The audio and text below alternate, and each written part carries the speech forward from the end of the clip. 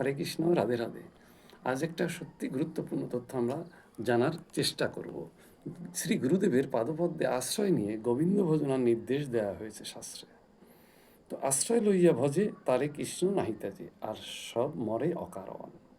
গুরুদেব হচ্ছেন ভগবানের প্রতিনিধি। তিনি জগতের বদ্ধ জীবকে কৃষ্ণ ভক্তির শিক্ষা দেওয়ার জন্যই জগতে এসেছেন। তিনি জগতের বদ্ধ জীবকে কৃষ্ণ ভক্তি দেওয়ার জন্যই এসেছেন। তিনি কৃষ্ণের অত্যন্ত প্রিয়জন। তাকে সাক্ষাৎ ভাগবত জ্ঞানে পূজা করতে হয়। কৃষ্ণের ভক্তের চরণে বদ্ধজীব আশ্রয় গ্রহণ করে কীভাবে কৃষ্ণ অর্জন করতে হয় তার শিক্ষা লাভ করেন এবং পরিণামে কৃষ্ণধামে গতি লাভের সুযোগ হয়। কিন্তু সেই ভাগবত প্রতিনিধি রূপে শ্রী গুরুদেবকে অবজ্ঞা করলে বা ত্যাগ করলে শ্রী গোবিন্দ আমাদের উপর প্রসন্ন হন না। তার জন্য গুরুকে সবসময় প্রণাম করতে হয় এবং ভক্তি করতে হয়, তাহলেই ভগবান প্রসন্ন হন।